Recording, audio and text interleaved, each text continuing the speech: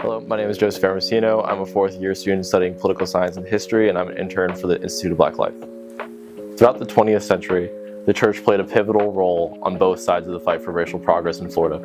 During the Reconstruction period, many African Americans were inspired to build community after enduring centuries of slavery. One of the main ways to achieve this was through the church. In Polk County, for instance, historic black churches facilitated community building. Churches performed music throughout cities like Lakeland, hosted cookouts in Bartow, and community leaders actively demanding equality under law through proposals and civil protests. The church in these instances served as a vessel for hope in the black community. However, contrasting this, the church at times strongly preserved white American identity. Following Reconstruction, the Ku Klux Klan were reinvigorated, engaging in lynchings, orchestrating political assassinations, and intimidating black citizens who they identified as disturbing the peace. Amidst local racial debates, the Klan often associated themselves with Christianity, with cross burnings throughout Polk, and even hosting meetings in local churches. The Klan continued to hoist racial intimidation in the name of God throughout the 20th century, while the black community continued to blossom. The last confirmed Klan sighting in Polk County since then was in 1995. However, questions continue to loom over the Klan's legacy in Central Florida. To support this series and to help me answer these questions, please like, comment, and share this. Joseph Ambrosino with the Institute of Black Life. Hi, my name is Joseph Ambrosino, and welcome to another episode of Unmask the Past. In late August of 1938, over 200 Ku Klux Klan members from Central Florida paraded through South Dakota Avenue in Lakeland, Florida, a predominantly black neighborhood at the time.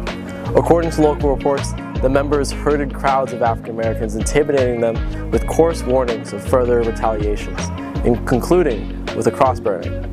2 murders had occurred that month in a black dance hall, and the Klan had taken it upon themselves to threaten and harass the community. In Polk and across Central Florida, targeted lynchings and intimidation tactics like these were prevalent in the 20th century. According to the Equal Justice Initiative, from 1877 to 1950, Florida had at least 331 reported lynchings. As many as 25 were in Polk and Hillsborough County. Earlier in 1901, a black teen named Fred Rochelle was accused of the assault and murder of a white woman in Mulberry, Florida, my hometown. Shortly after this, he was then turned over from the local jail to a mob and burned alive. Throughout the 20s and 30s, at the height of a new Negro movement and Harlem Renaissance, the KKK often marched alongside police in places like Lakeland, Auburndale, and Bartow. Journalists often typecasted these members at the time as typical Southern bigots.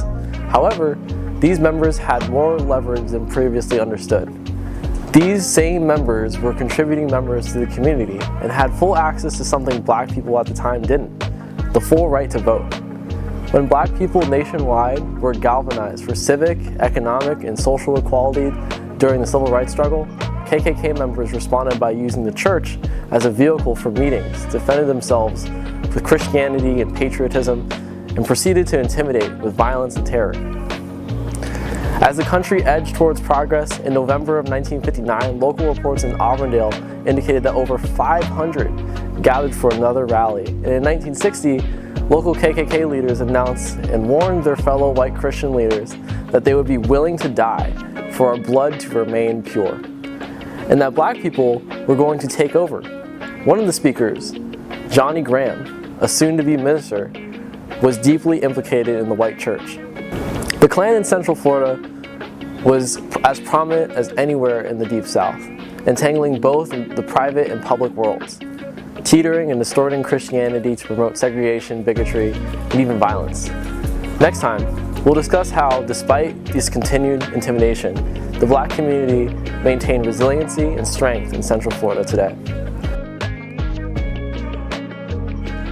Hi, my name is Joseph Ambrosino, and welcome to another episode of Unmask the Past.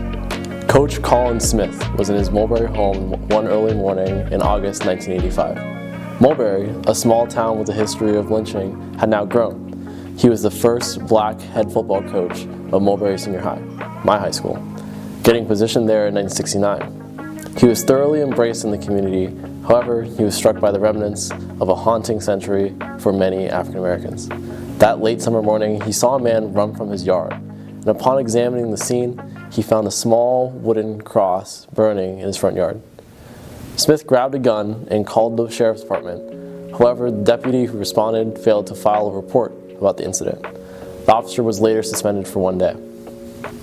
Smith is one of many African Americans who, at the spur of rising integration and inclusion for black citizens, were still haunted by the legacies of the Ku Klux Klan.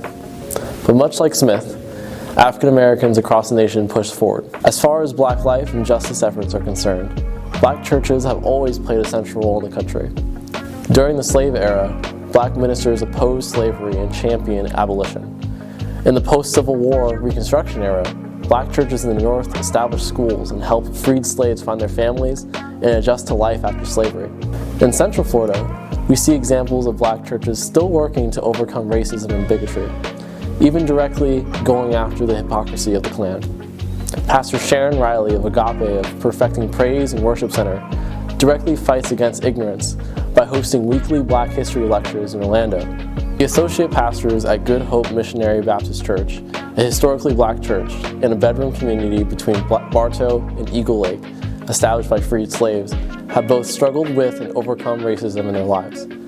Pastor Kenneth Stevens, who was black, was devastated by the murder of his older brother, Jonathan, when he was murdered in 1986 by 2 white men. His co-pastor, Richard Harris, was on the opposite end. From the age of 16 until he was 20 years old, Harris was a member of the Indiana Ku Klux Klan, including 2 years as the state's Grand Dragon, the head of the organization. The two led the church for continued success for decades, and upon reflecting on his time in the Ku Klux Klan, Pastor Harris stated plainly in a 2020 interview, "How could I profess to love Christ when I hated people?" Although the history of the church and its entanglement in racial hierarchy is long, black religious leaders, past and present, have consistently dispelled the myths of white supremacy through their activism in Central Florida. Their diligent work has replaced ignorance carved in lies with hope and eventually reconciliation. Thank you so much for following along the series. Joseph Ambrosino with the Institute of Black Life.